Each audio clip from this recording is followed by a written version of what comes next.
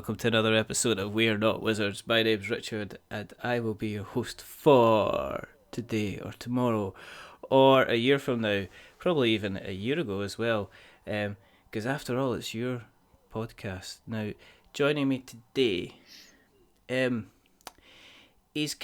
likes a bit of a challenge in his life. He doesn't like to play it safe. You could often even be said to say he likes a little bit of adversity in his life.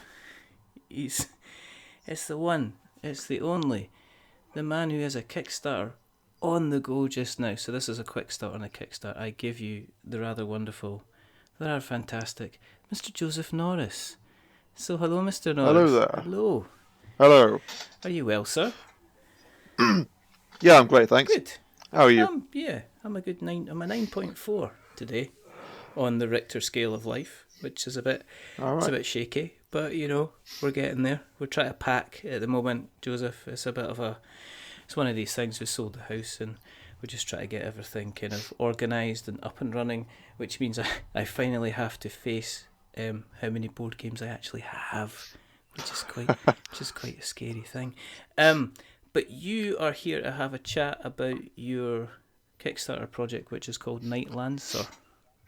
That's right, yeah, Nightlancer. Cool. But before we jump into that, I guess we better say hello to everybody out there and say thank you for joining us. The reason why we do this is, you know, there's just not enough podcasts out there about board games. There's us, there's a couple of Scottish fellows now, there's Unlucky Frog, there's Giant Brain, there's us, there's other people out there, but there's mainly us. And the other reason that we do this is because, pretty much Joseph got in contact with us, said he was running his Kickstarter, and I'm nosy. So if somebody says they want to come on the show and talk about stuff, then I say yes and try and fit them in. So that's why he's on. So thank you very much for coming on, Joseph. Really appreciate it. Thanks for having me on the show, and I hope I can satisfy your curiosity. You don't know which questions I'm going to ask yet, mate. We'll see. You better buckle down. It's fine. What we do like to do is we like to find out a little bit about the history, like how you got into the hobby and stuff like that. Sure. So do you want to tell us, you know, as I say, we're going to have let's have a kind of a little bit of a check back in the past. Let's have a little bit of a focus on the daytime of the present before we jump off into the Nightlancer of the future. So do you want to tell us a little bit about how you got involved in the hobby? What, all the way back to the beginning? As far back as you want. You know, if you were born in a board game shop, then that is fine with me. If you cut your teeth on cardboard, if you crawled amongst the meeples, you know, if you were weaned on dice, then whatever tickles your fancy, sir. I can't really go back as far as I'd like because I can't remember that young.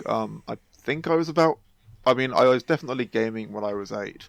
Because my dad's a pretty big gamer and he got me into it very young. All right. And so that was playing, like, to begin with, I think the first kind of real, as in not, you know, traditional family game type board game I played was Heroquest.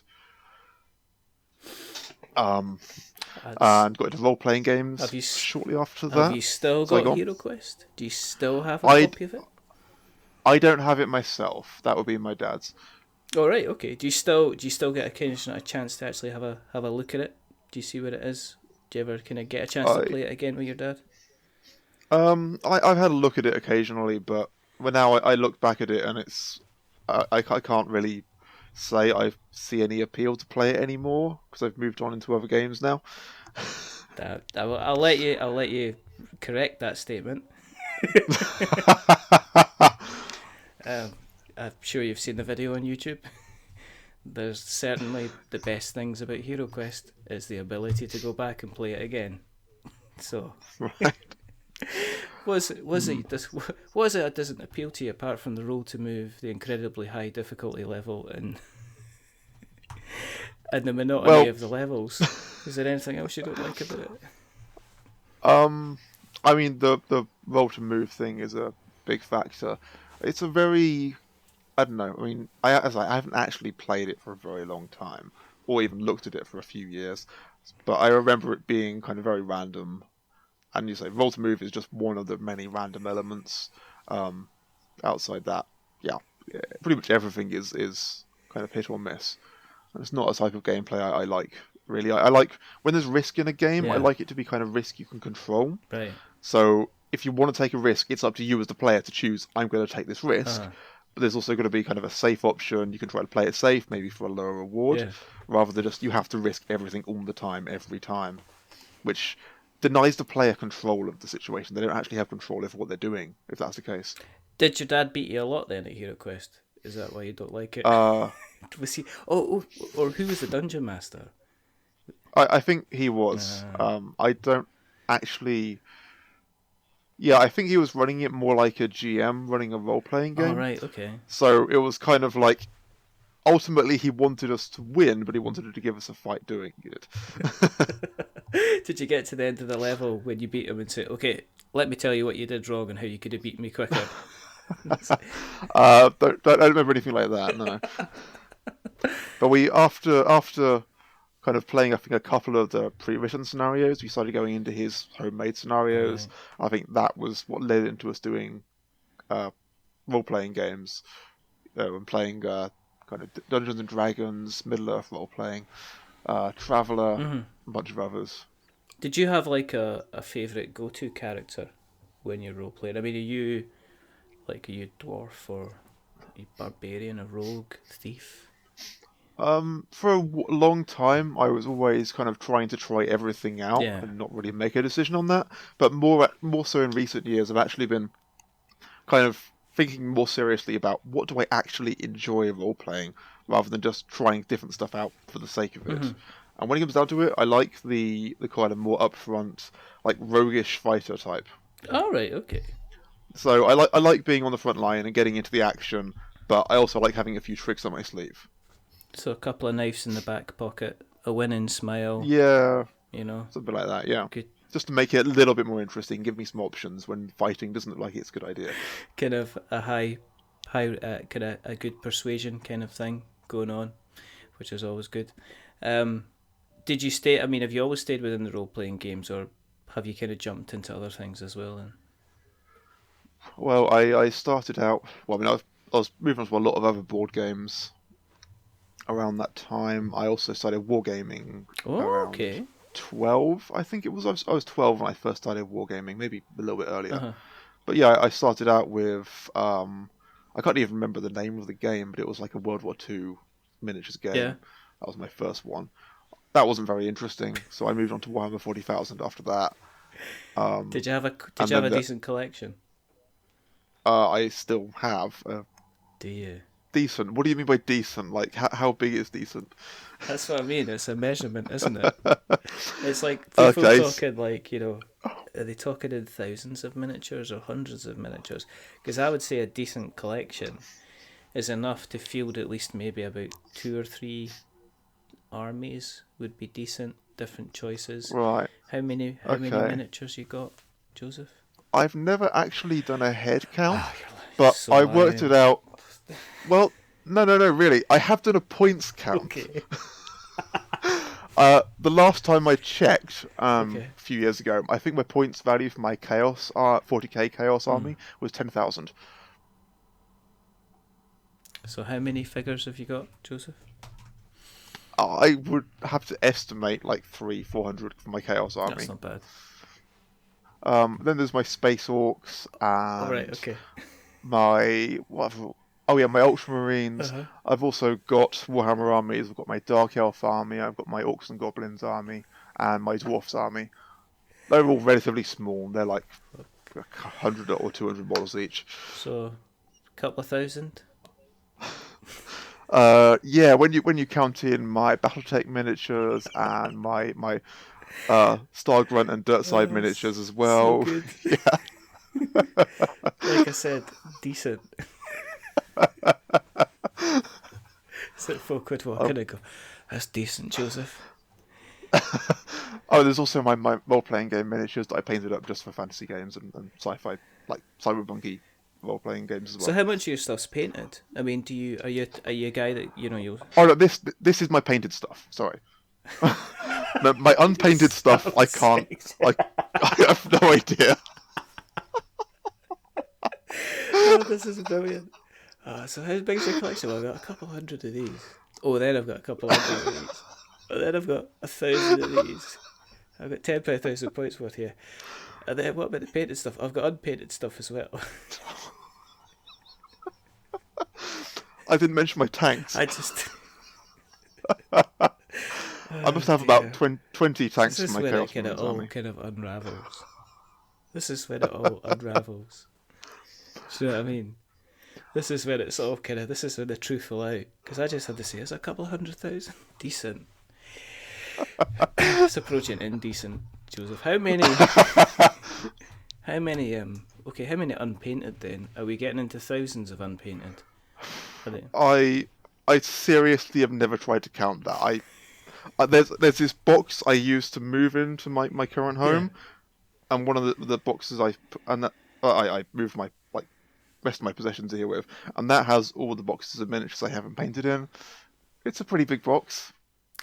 I would guess another few hundred models in there.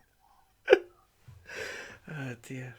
So, okay, when you're doing your work here, I'm really glad you came on. Still not going to talk about your game yet, Joseph. We're gonna get to the bottom of this, right? That's fine. Okay. How do you decide when you paint? Do you only paint? Sorry? How do you decide when you paint up something? Is it because you're using an active army, or? Nah, because I wanted to paint them. So you don't kind of make a decision and say, okay, this one I'm going to paint, this one I'm not going to paint. You just kind of like, whatever you're using at the time. I see a squad I want to paint and I paint it. I mean, it's not even relevant to what I'm playing with. I haven't actually been an active war game. I mean, I haven't painted many miniatures for a while. I've kind of been focused on other things, like Nightlancer. I heard. So I got... This all got set aside a few years ago. Right, to try to kind of focus more. But yeah, I actually spent more time painting miniatures than actually playing with them.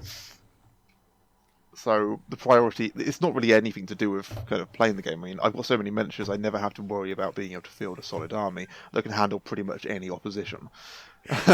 So, you're like the Jeff Bezos of miniatures then. You've actually got so many miniatures. If you dropped a miniature in the street, it would actually cost you more in miniatures to stop and pick it up than actually just leave it on the ground. That wouldn't... Yeah, that might be about right.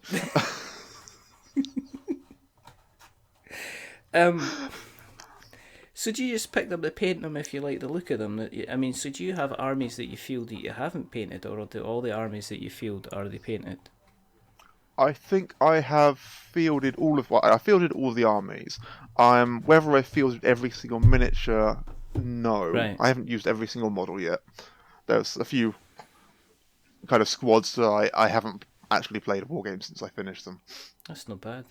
I mean, and some that just... I mean, let's face it. I would demand to see somebody who has got stuff in their collection that they haven't used or they haven't played, or in some cases haven't kind of unwrapped. This is a fact. I saw a thing today that said there's two sides to the board gaming tabletop hobby. There are those that play games and those that collect games, which is now two separate sides, because I know of people that have got lots of games and I've played 5 of them, and I know also people that have got, like, they go, I've got 800 games. How many have you played? Some. And then you get somebody else, how many games have you got? I've only got 25 games. Casual. And then they're like, I've played them all like 5-10 times, and it's like, I'm actually getting the value at my games, kind of thing, which is always kind of good fun. So if you continually stayed in the kind of Warhammer tabletopy type space as opposed to jumping into the friendly cardboard stuff, or have you kind of combined the two? Oh, I've got my my board game selection as well. Okay. And my role playing game selection. Is it if you want to get into that too. Is it a decent number of board games, Joseph? I would say I've got about 40 board games. So you are casual then. Collect. I'm not a board game collector. No. I've played every single one of them at least once. That's pretty good then. That's pretty good. Have you? I mean, do you try and stay up with the kind of the latest stuff then, or are you quite selective about what you kind of get in terms of the board game stuff? I'm pretty selective. Yeah, a lot of what I get is kind of looking at stuff that, because I've been really focused on the Nightlancer world for the last few years. Yeah. I'm always looking for something that maybe gives me a different perspective on cyberpunk worlds or dystopian worlds, or even just like games with head-to-head conflict in them. So if I see something like that on Kickstart or even just in a shop, I'll get it. Okay. Outside of that, I only get something if it really grabs me. Okay. What's the last thing you kind of bought? The last thing I bought was actually a war game. Okay. called Open Combat. I picked it up at the UK Games Expo. Oh, okay. Let's see if I've got it around here somewhere. I'm sure I do. Oh, there it is. Yeah, it's by a guy that actually worked on Necromunda, and he really, right, okay. I mean, really knows the stuff. Yeah. It's got some really cool stuff in it. It's website secondthunder.com. There you go. They get a free plug. That's fine. I'll edit that out. Okay, sure. I'm only joking. Of course, I'm gonna keep. I'll probably say, "Oh, who's that? Okay, and who's it? From there?" And I'll be annoyingly emailing them, asking them if they want to come on the show and get dogs abuse as well. Do you go into, if you're making a decision on buying stuff? Do you do a lot of research, or do you do like an impulse kind of buyer? Because obviously you've got a reasonable collection. Are you the type of person that kind of sits down and says, "Oh, I'll look at reviews," or I'll or are you quite kind of I like the look of this, so I'm just going to go and jump it? I mean, what was the buying decision behind the game you picked up at the expo? Well, Open Combat, that was because I talked to the designer about the gameplay, and he talked about some features in it that really impressed me. Yeah. And I've played a lot of war games, and there's always kind of a few things that seemed lacking. And he had, well, not lacking, it's just the solution they had maybe wasn't the best. And I think Open Combat has some solutions to kind of certain issues in a war game that are really kind of beautiful and organic, and the result kind of organically fits to the way the core mechanics work. Like, basically, you don't need any real special rules to handle kind of massively outnumbering your opponent or backing them to a corner or anything like that. Oh, right, okay. Because the basic gameplay, the basic kind of combat resolution, has built-in mechanics that automatically kind of fit perfectly in with kind of massing on one opponent or outnumbering them or cornering them. Because the hand-to-hand combat has this kind of pushback mechanic, where if you roll a certain result on your attack die, you don't cause an injury, but you push your opponent back. And if there's an obstacle behind them, like another enemy or a wall, they can't get pushed back because I think they get injured instead. So, in a man-on-man fight, they're just going to be moving back and forth across the battlefield in a way that's very kind of theatrical. Yeah. But if they actually get surrounded, if you've got one guy surrounded on all sides, he's just going to get pounded into the ground because he can't back up, he can't move back. There's another guy right behind him with another sword. No, I mean, it sounds like something that is that's pretty cool, because I think one of the things that's nothing worse than you going face to face with somebody in like a combat situation and then you smack them for 6 and they're just still standing there. Not doing anything, and it's just like, okay, and then they're still in range, so that when they hit you back, they're kind of hitting you back at almost like their full force, so you can end up like getting damaged. You're like knocking them back, putting them to one side, and there's no kind of effect apart from maybe damaging them a bit. So that sounds pretty cool, actually. Yeah, that sounds pretty interesting. Yeah. Are you going to kind of get it to the table as quickly as you can then, or what's the plan? I'm hoping to get it to the table in the next couple of months. Yeah. Okay. Because obviously you've got certain other things. I do. Yeah. You might That thing to not be named, is it? So you notice how I gloss over it every single time you try to bring it up in the conversation.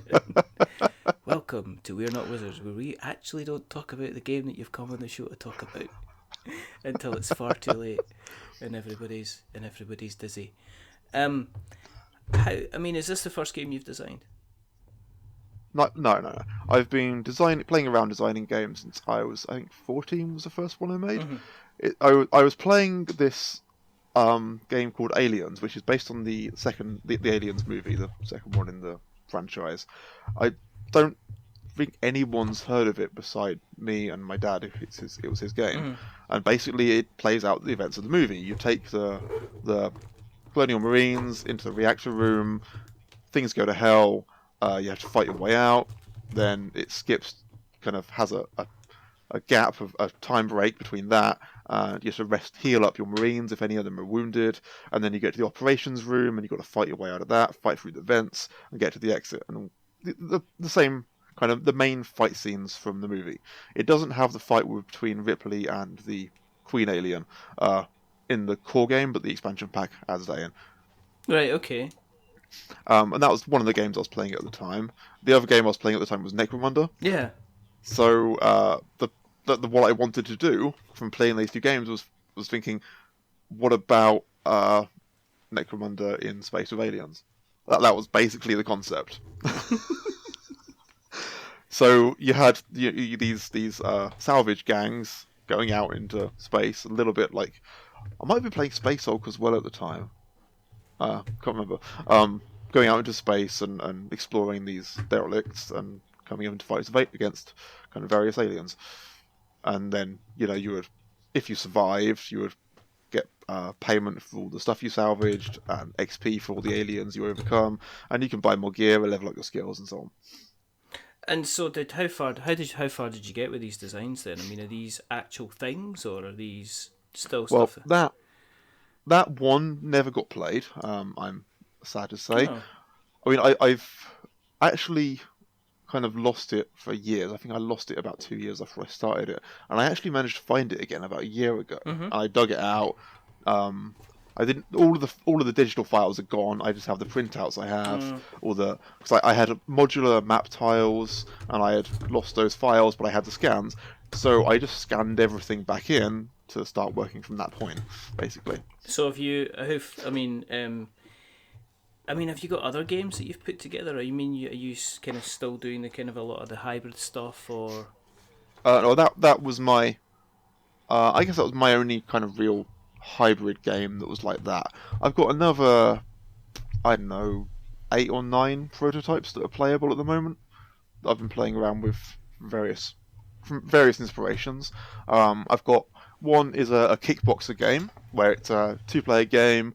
It's split into basically 2 rounds. One round where you're training your fighter up to fight, and then the second round of play you're fighting your opponent head to head. That was quite interesting, and I was inspired into that because I used to do Thai kickboxing for many years myself. All right. And it's like, when I learn about something in the real world, I think about a game to make from it. The other one was one of my other games is called Arachnida, and that's because I happened to be reading a book on spiders because I saw it in the library and thought, let's find out about spiders, and then I made a game based on it. I take it you're not afraid of spiders then? I'm not overly fond of touching them because I don't think you're being a minority for that. I think if you stood up and they go because it kind of bugs me that they keep going all over the place. But that applies not just to spiders; that's all insects as well as arachnids. I'm not afraid of them beyond that point, I guess. I don't freak out when I look at pictures of them or anything like that, or look at movies of them. So it's nothing more than just I don't like crawly things on me. Again, I don't think that's an unusual stance to take on things. What kind of spider facts have you learned, Joseph? Can you hit us up? Can you hit us up with the Joseph 8-minute spider facts? Can you hit us up with 3 facts that you would really like to know about spiders? Or you could do 10, and then we could do that thing where we say, and number 7 will make you cry. But I don't know if I can do 10 from memory. that's fine. Just a couple. I might be able to do 3. Three's fine. Three's good. So there's one interesting species called the flick-flack spider. Uh-huh. Well, I don't know if it's called the flick-flack spider or if that's the way it's described. I mean, presumably it has a proper scientific name of some sort. Who knows? But basically, it kind of throws itself in a kind of cartwheel to move across open ground really, really terrifyingly quickly. That was pretty much, yeah. That was very interesting. Awesome. There's. You realise there's going to be somebody thinking about that. What countries do you find that in? I can't remember off the top of my head. I mean, if you want, I can just look it up. And I've heard that what they do is the preferred place to go is in the back seat of cars. So if you're listening in the car just now, whatever you do, don't look behind you. Especially at the stop sign. You turn round, there's a little cartwheeling spider going back and forward. Another one of the other interesting ones was, I can't remember if I remember what it's called correctly, but what they would do is when their young come out of their egg sacs, they will kind of dangle like very, very fine gossamer threads, which they'll kind of let out, and then they can use that to float through the air, because they're so tiny and so light that the wind catching on that little thread of gossamer is enough to lift them away. And that's how they distribute from when they're born, so they don't just all spread out from one place and devour everything that's nearby. They spread out over a wide area, and so they can kind of get more access to food because they're not competing as much over the local area. That's pretty cool. So remember that they're really light, but the gossamer thread is quite sticky, so it could land in your hair when you're outside, and you wouldn't even realise that you've got piles of spiders in your hair. That's true. You wouldn't. The funniest thing about this, I don't know if it was this species or not, but there are definitely some horrifying pictures of, well, horrifying if you're in the area, horrifying pictures of entire kind of rows of trees just coated in webs. Sweet. Like 50, 100 meters of 50, 100 meters of wood of trees, like tree line, just coated in webs. And what's the third? What's the third? Because this is the third one. The third one. Okay. By the second. The third one. What's it called? I can't remember what it's called, but it would use, rather than spinning a web, this species of spider would dangle a single bit of web with a big drop of the sticky substance they use attached to it. And then when an insect comes by, and they can do this on creatures as big as moths, they'll flick the glob of glue at the end of their thread at the insect and whip it out of the air. That sounds amazing. And did you say it's incredible to watch? And they hang about in showers, Joseph. Yeah? I haven't had any reports of them hanging about in showers, but I don't see why not. To say it's a favourite haunt in them. So now that folk are running about going, I'm cancelling my subscription to this podcast. Came here for cardboard. Yep. I've had an awful day, and then I've been like, I can't have a shower, I can't go in my car, and I can't go out in my garden without having to come in and have a shower, thinking I'm covered in spiders. And then realising in my shower there's a big spider. And then I'm going to get extra strength shampoo, so I get into my car, and then I look in my rear view mirror, and there's a spider cartwheeling back and forward across my back seat. Or the parcel shelf. Or maybe there could be 2 or 3, and they could be doing a routine. That'd be awesome. Yeah, so my game of Arachnids has lots of kind of different features. Like those are actually 3 of the features that your spiders in the game can have. Awesome.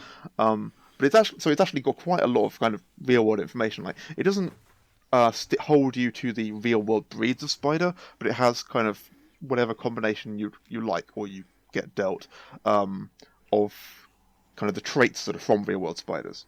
And do you think that game's going to do well on Kickstarter? I have no idea on how that one's going to work. I do intend to avoid going kind of horrifying with the artwork.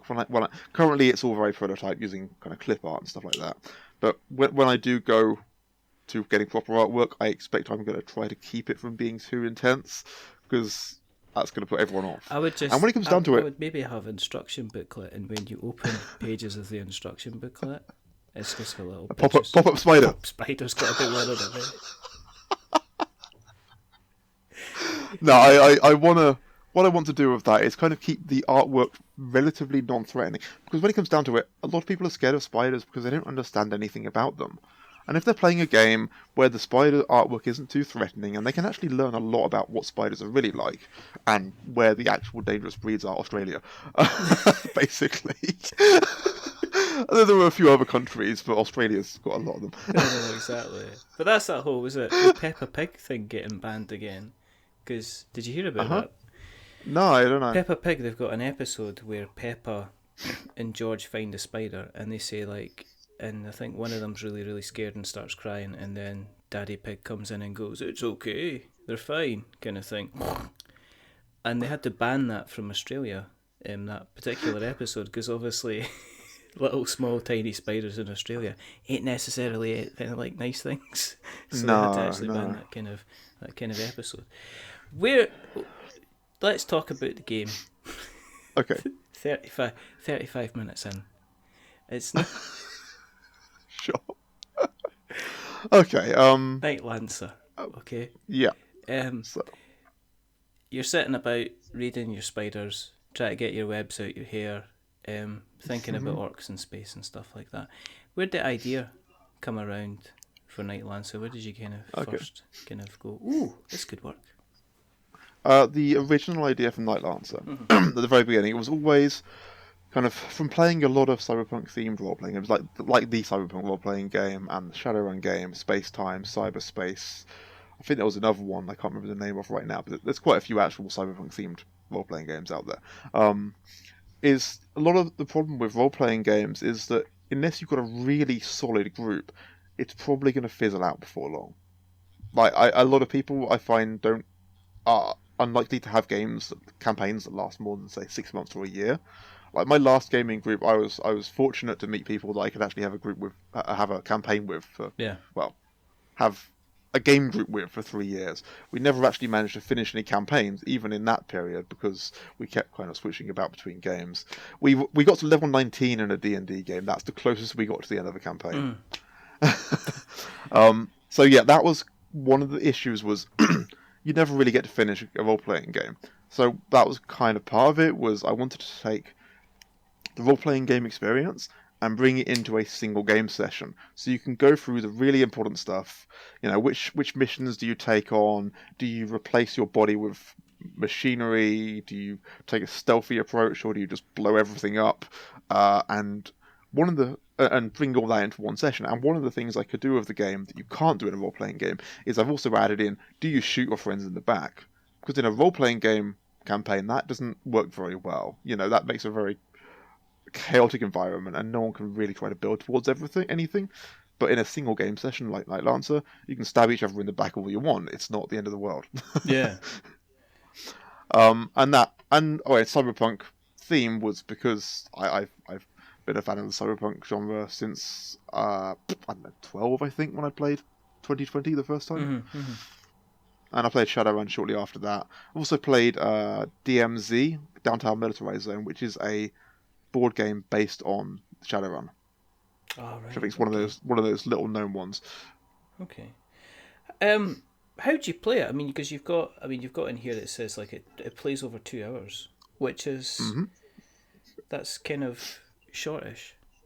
That's a Friday evening at the club potentially type of game. That's kind of getting set up and kind of getting run in. I mean, is it 120 minutes to play, or is it 120 minutes per player? I mean, am I staring down the barrel of the 8-hour gun here, Joseph? Or No. Okay, so 2 hours is the expected gameplay length for a 4-player game when the players know the game. I mean, right. The numbers designers put on the side of the box are for people who know the game. It's always like that. I think everyone knows that. I would expect it to take 3 hours for complete beginner gamers. Yeah, okay.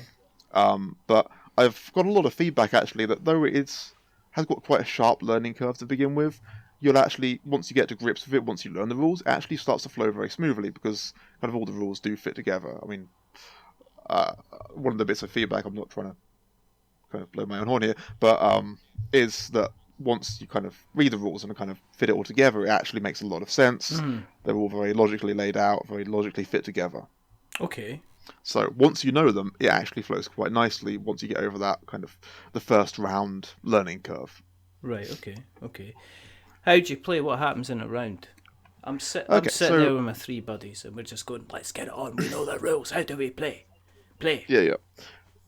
Okay, so the game round is split into 4 main phases. You've got the prep phase, where you kind of get to recover a little bit, you get some of your health and resolve back, which are resources you kind of spend when you do difficult or risky things.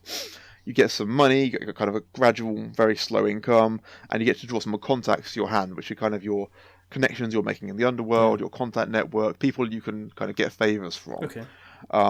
After you've done that, which is the downtime step, you get the event step, where you flip over the next round card, and this sets you up for the round. So you get a new set of black market cards drawn. The number depends on the number of players. If there are 4 players, you get 10 cards out. If there are 3, you get 8. If there are 2, you get 6 cards out. You get a new set of mission cards out, and that depends on the round card. Because the distribution of mission cards is... Firstly, the amount can change. It can be between 3 and 4 mission cards. And the distribution between low-profile and high-profile missions varies throughout the game. So in the early rounds, the first half of the game, there'll generally be more low-profile missions, which are easier, but they pay less. And then the later half of the game, you'll get more high-profile missions, which, more expensive, which pay more, but are pretty tough. Okay. I mean, a lot of the time, you wouldn't ever expect to pass a high-profile mission in the first couple of rounds, unless you get one of the easier high-profile missions. So once you've drawn cards, then you have to face the event on the round card. And that's where the game tries to trip you up. Something happens in the underworld dystopia. Some gangers come and stalk the streets looking for people to harass, or toxic smog descends on people, and you need to kind of understand what's happening in time and protect yourself against it and know how to do that without getting hurt. Or the police come around and knock on your door if you've been causing trouble. So when that comes up, you'll have to, if it applies to you, because the police only come and knock down your door if you've accrued enough heat, which is how much the authorities are aware of you and how much trouble you're getting into. So those events only trigger if you've got heat. You can avoid the police by not generating any heat. The other events typically will always apply to you. So if it's a gang out harassing people, you've got to either stare them down and convince them you're not worth the trouble, or just avoid them entirely. If you fail to do that, they're going to come and they're going to either take some money off of you, or they're going to beat you up if you don't want to give them any money. Okay. So the police, if you come up against them, you're going to get to a fight, and that's often going to be pretty tough, because when you're on the streets, you're not carrying around your big obvious gear, because you can't walk down the street carrying an assault rifle and wearing a flak vest. It's too obvious. Gangers will take it as an invitation to rob you. That's what happens when you walk down the street with obvious hardware. Gangs just rob you. Well, it's just not. That's Birmingham, isn't it? Yeah. We have to touch on this a bit, Joseph. Why Birmingham? You don't particularly sound like you're from Birmingham. No, I'm not. I'm from Oxford myself. I've been to Birmingham a few times. Have a bit of a sense for the city. I've been to the UK Games Expo a couple of times. I've also been around Birmingham a little bit. I went when I recorded the film for the Kickstarter. The company I did it with, Hill Peak Productions, we recorded at a studio in Birmingham, and that gave me a bit more of the less NEC side of Birmingham, to put it politely.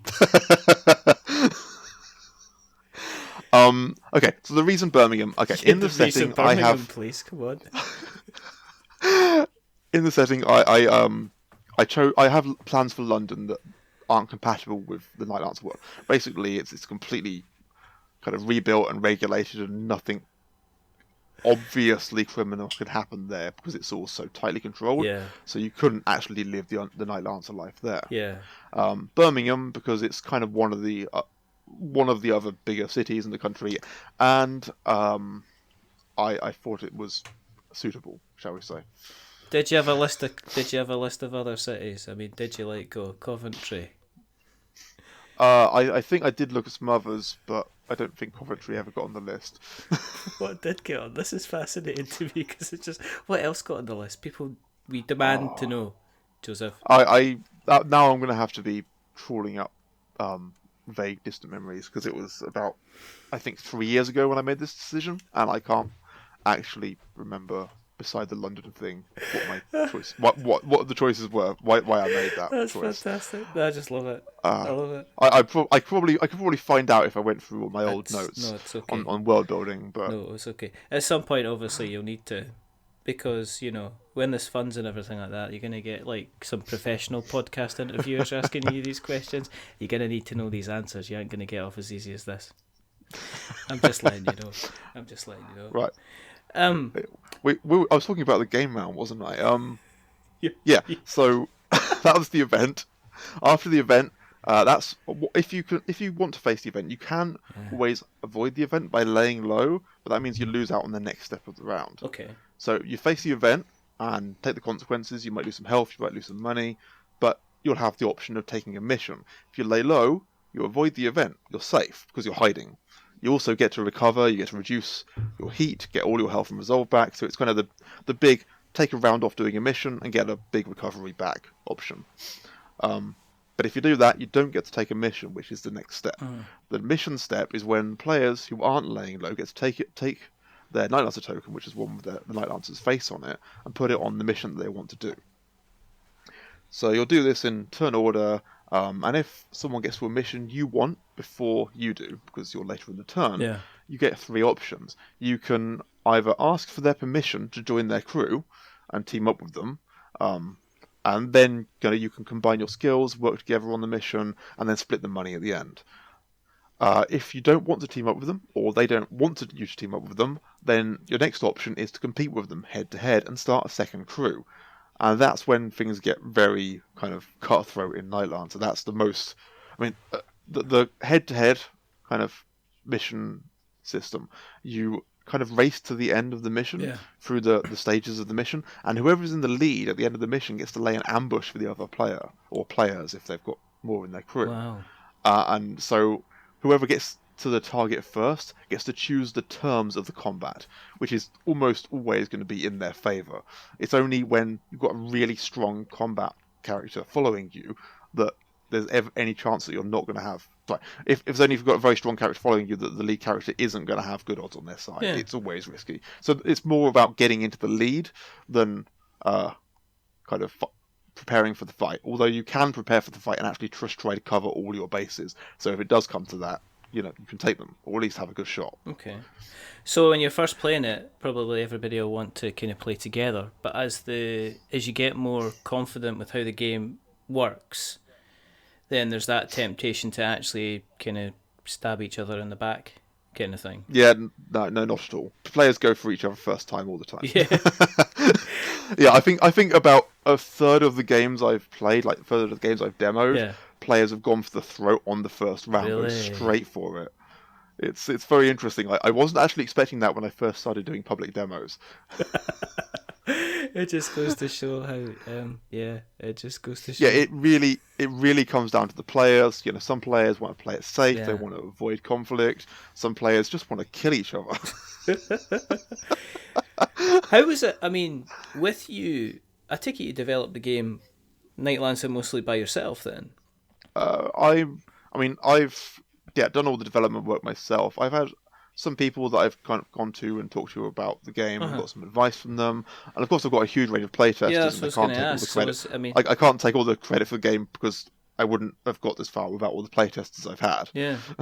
I mean, how easy is it to get kind of playtesters for a game that isn't there, that doesn't have the art, which could potentially just be a deck of cards with some writing on it?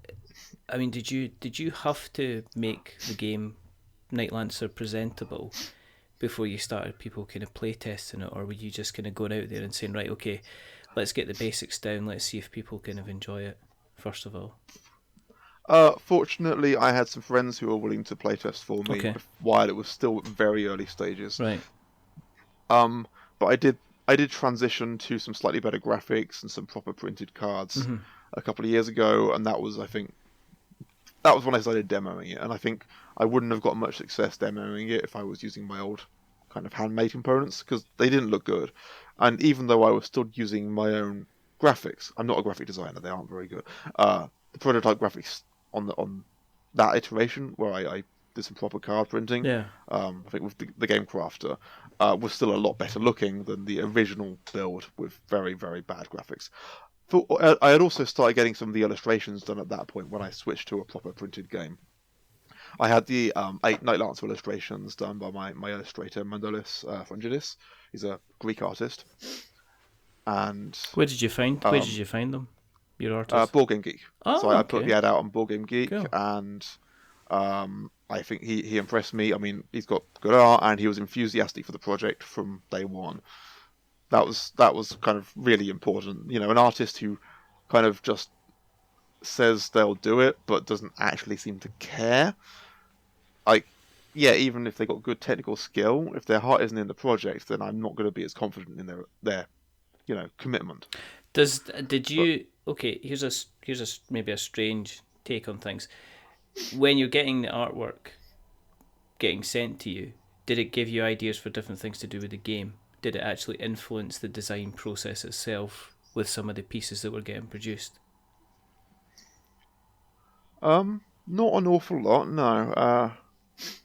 I think there were, as I got more of the illustrations done, I was thinking more of extra places in the game where I could include illustrations, where it would actually be helpful for the gameplay. Like, originally, the Contact deck, I mentioned it earlier, your Contact network. Yeah. The Contact deck never had illustrations on it, and I never had illustrations in mind for it. Yeah. But once I was working with Manolis and getting the illustrations done, it actually struck me as kind of really valuable to have the character illustrations on the Contact cards. Because in the Contact deck, there are 15 unique contact cards, and there are duplicates of each of them. Yeah. But you can kind of miss that if you just got the name of the card to go by. You could actually miss that it's the same contact if you get 2 of the same card. Yeah. But having the illustration there really brings that together, and it actually helps make some of the other cards make sense. Because one of the things you can do in Nightlancer is you can actually kind of burn one of your contacts. All right. Okay. And you sacrifice some of your ideals for doing this, but you get some money basically. You sell out one of your contacts, you get a big chunk of money, and you sacrifice your ideals. And the help of the illustration there is, once you've burned a contact, you have to keep the card in your hand, because you have to have at least one card for that contact in your hand when you do it. And you keep that card for the contact you've burned beneath the opportunity card that allows you to burn the contact. And if you ever have one of those contact cards again, you have to discard it straight away. You've burned their contact; they are not talking to you anymore. Okay. And having the illustrations on the card really helps bring that together. So you're going to have this kind of visual representation of the character, and if you see that character again, you've just got to discard that card. You've ruined your the situation with them. They're never going to talk to you again. It also means that it actually affects the distribution of the card deck, because there's one less of those cards in the game because that contact has been burned and is kind of dealing with that. So even the other players are going to have less access to that contact from then on. Okay. I mean, it sounds like... Did you ever have any kind of balancing issues when you're putting the game together, or was that something you're constantly kind of working on through the kind of the play testing and things like that? There were some major balancing issues early on. So one, I don't know if it's really quite so much a balancing issue as more of a kind of player interaction issue. There used to be some different game mechanics for combats. There was an entire mini game for combats in the game, where you would kind of pause what you're doing, get out the combat card deck, and both the player who's facing the combat and one of the other players who would take the role of the enemy in that combat would have combat cards, and you'll take it in turns playing cards with different effects on, like, headshot or explosive barrels or something like that, and that would give you different effects depending on which card you played, and you would fight until either the player or their opponent ran out of health. But in a 3 or 4 player game, that was a big problem, because it meant that the third and fourth player would just do nothing for that period. Okay. So that had to go. That was a problem once I moved beyond 2-player playtests. Yeah. And I think in hindsight, even in 2-player playtests, it's just an extra level of complexity to the game that wasn't necessary. Yeah, you're just adding in kind of mechanics and functionality for almost like the sake of having it maybe being slightly different as well. Yeah. Okay. Yeah. Okay. So I cut that out entirely. So now all of the challenges work in the same basic way, where you test your ability and the cards you play against the difficulty. The only difference now for combat challenges is that when you fail a combat challenge, you lose health as well as any other penalties. Whereas normal challenges, the non-combat ones, you've still got some penalty for failing a challenge, but you don't have the additional health penalty. Okay. So combat challenges are still high stakes, but not excessively complicated. The other balancing issue, the main kind of game-ruining balancing issue, was getting the balance right between the difficulty of the mission cards, the availability of the black market cards, the Nightlancer starting ability levels, the abilities for the contacts to help you out, and just getting that right so that you don't get stuck the moment you start a game incapable of doing any missions. Yeah. But it's also tough enough that you get a challenge. Yeah. Like I had one playtest. I think we quit on round 2 out of 8 rounds because the missions were just too hard. We couldn't actually do anything. Yeah. So the game became, lay low every round and do what you can with the other resources you've got. Yeah, because missions were out of reach. Yeah. I think I've seen games that have kind of gone through that and actually suffered from that because there's no way for the player to get back from being in a losing position. I think the sign of a decent game is, no matter kind of what the situation is, you should be able to either win through in some way, shape or form, or at least be able to prepare enough to come back in the next round. And I've seen games where you're like, well, I can't. There's nothing much I can do because I just don't have the kind of the resources to kind of take something on. I've seen it strangely enough more in kind of one-on-one card games. When you get when somebody kind of just manages to draw the magic hand and there's just absolutely nothing you can do about it. You're just sitting there going, well, I might as well just go make myself a cup of tea for all the good that it's gonna do me. And I'll admit that was actually, for a while, that was one of the problems in Nightlancer too. I mean, there was a point where the balance was such that if you messed up a mission, you were probably going to struggle to catch up with the rest of the game. Mm-hmm. And that was something I fixed about 1.5 years, 2 years ago, I think. Yeah. Kind of, I fudged the way the difficulty, the missions pay off. I made the lay low thing more power. I think that was actually when I added the lay low thing, because that meant when you can't do a mission, at least you get a big kind of recovery for doing that, for passing on a mission. Yeah. So it makes it really worth it. When you mess up for a round, you fail a mission, you're wrecked, you're out of health, possibly out of resolve, you can get a very quick recovery, get all of it back right away, get a little bonus, no heat and no event to deal with, and next round you can definitely get back into the action. Okay. So how's the winner of the game decided? I mean, how do you... The winner of the game is basically prospects, which is victory points. So you can accrue these throughout the game. You can take on some missions will actually give you prospects outright. Mm-hmm. You can also buy prospects every round during the street phase, but the exchange rate on that isn't great. Normally you're better off trying one of the alternative routes to get them. And the main other route you can get prospects during the game is the opportunity cards. This gives you access to things like extra training, kind of investments, charitable acts that you can use to boost your ideals, extra kind of buddies, and you can kind of build up your network of friends as a way of boosting your ideals. And so a lot of these cards will give you prospects, like the pure investment cards, and most of the skill cards give you prospects outright, because they improve. What prospects are is it's your prospects outside of the underworld life.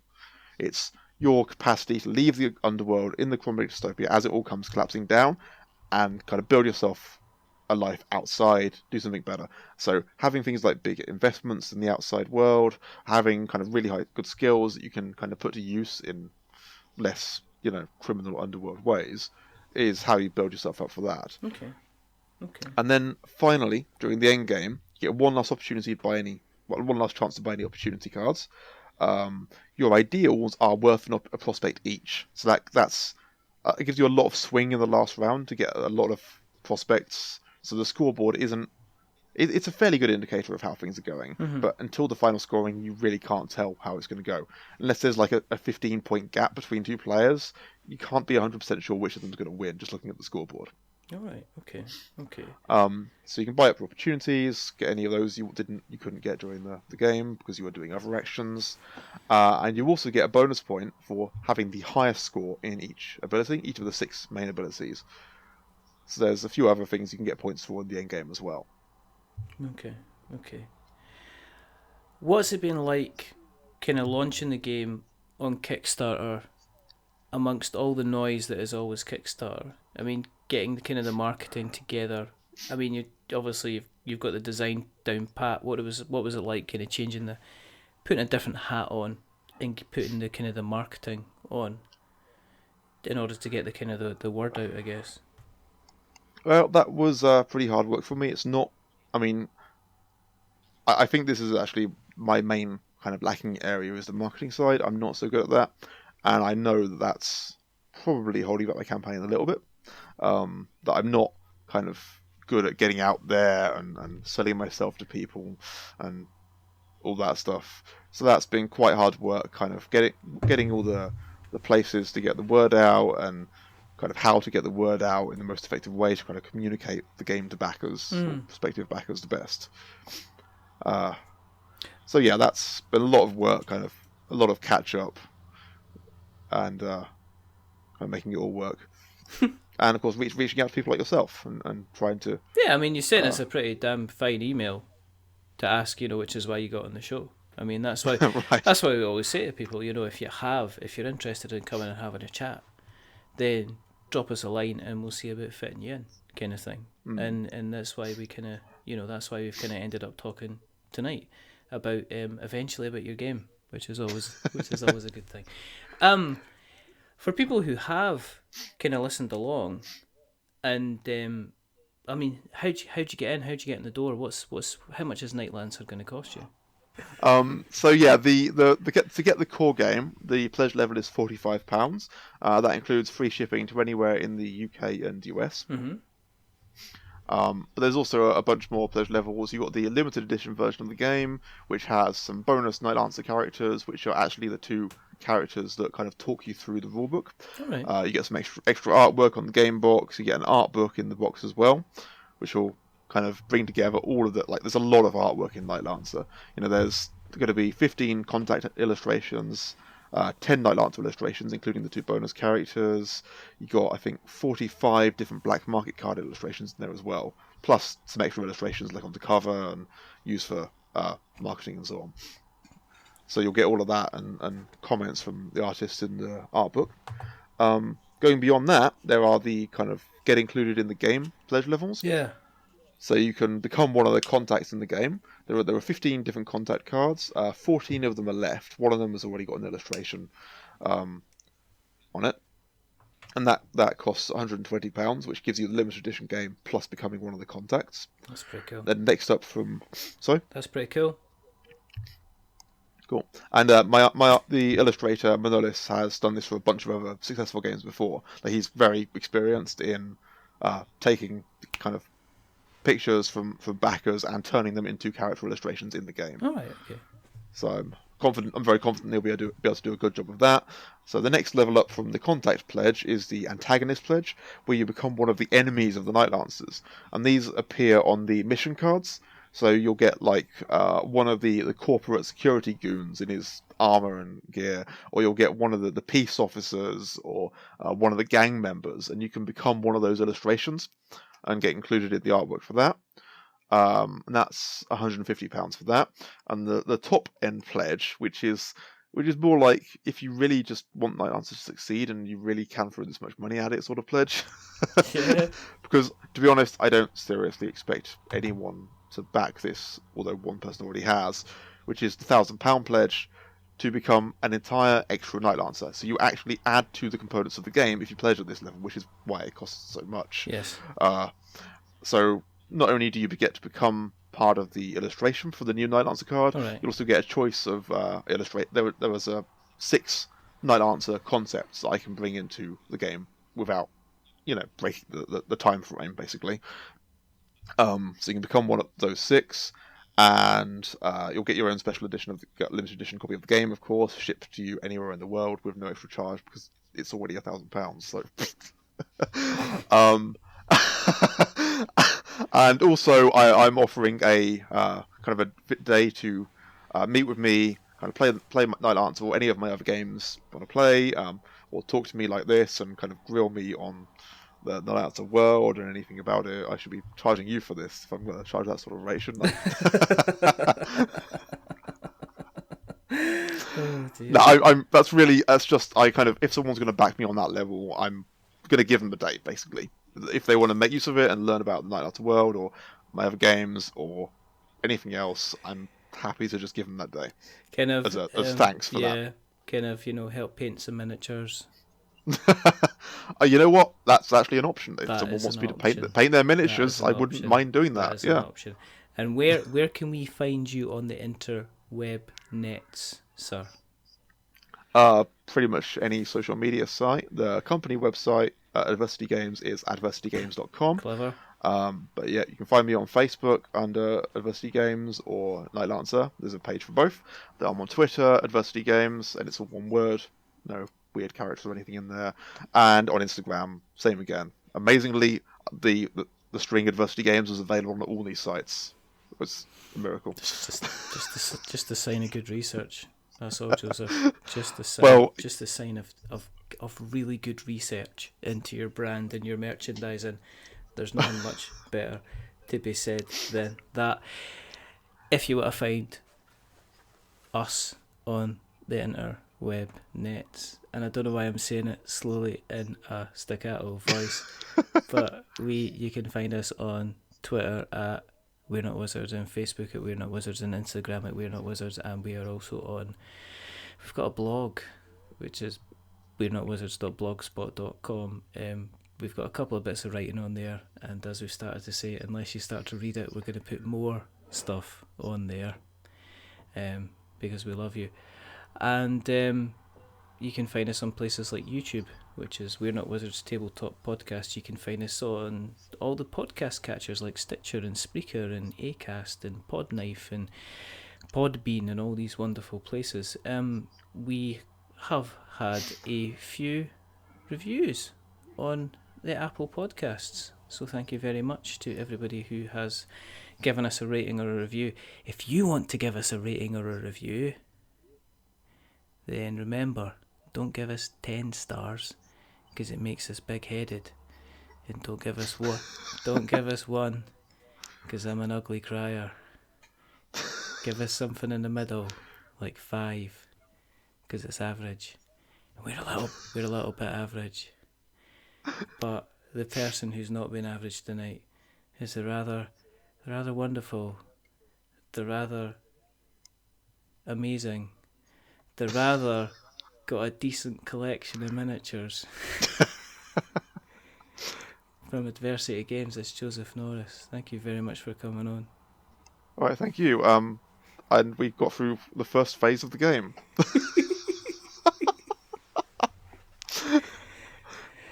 We could always do some more. You could come back. If I could probably try to wrap up the rest of the game in a minute and see how that goes. Okay, do it. So, streets phase. You get after you've claimed a mission, you go into the street phase. Everyone gets 4 actions. They take it in turns, placing their tokens on the game board. So you can do things like buy from the black market, take any other contact, add it to your hand, exploit one of the opportunities in your hand, hustle on the slums to make some more money, or you can buy it, take a loan from the loan shark. You do all that. There's some other actions as well, but those are the main ones. Once you've finished the street phase, once you've all taken 4 actions each, you go into the mission phase. In the mission phase, you take it in turns, take on the mission you claimed, you prepare your loadout, and you take the missions on your go. You do the 3 stages of the mission in order. On each stage, you choose one of 2 routes on the mission to suit your Nightlancer's abilities. If you pass, you move on to the next stage. If you fail, you face a penalty, but you can still move on to the next stage if you survive. Once you've passed all 3 stages, you get paid at the end, and that's the end of the mission phase. When everyone's done that, end phase. Finally, turn order is adjusted to match the heat order, so whoever has the most heat goes last, whoever has the least heat goes first. Finally, you discard down to 6 cards if you've got more than 6 in your hand. That doesn't sound as interesting as the first phase. I think I've got everything. I think you peaked at the first bit.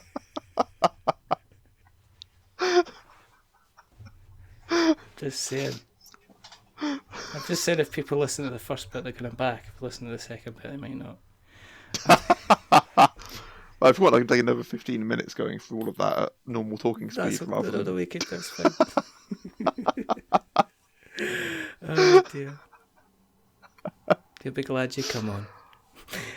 Right. Thanks for having me on. It's been fun. It always has. There's only 2 more things to do. Oh, yeah? First thing is to remember that we are many things, but we're not wizards. Are we wizards, Joseph? No, we're not. Not in Nightlancer. There is no magic or dragons in Nightlancer. Yes. Back this game. Back this game with all the money that you have. Please. This is the game that you've been waiting to back. Back this game with all of your heart and your love and your soul. And the second thing is to say goodbye. So it's goodbye to the completely interrupted the second and third phase of his game, Mr. Joseph Norris from Adversity. Say goodbye, Mr. Joseph Norris. Don't hate me. All right, goodbye. That's a goodbye from me. Remember, stay safe, roll 6s, and maybe pay attention to what your guest is saying so you don't miss out on the second, third phase of his game that he's trying to explain and he's trying to get out there and get it kickstarted and funded. But until the next time, goodbye. Say goodbye, Joseph. Goodbye. I'm sorry, Joseph.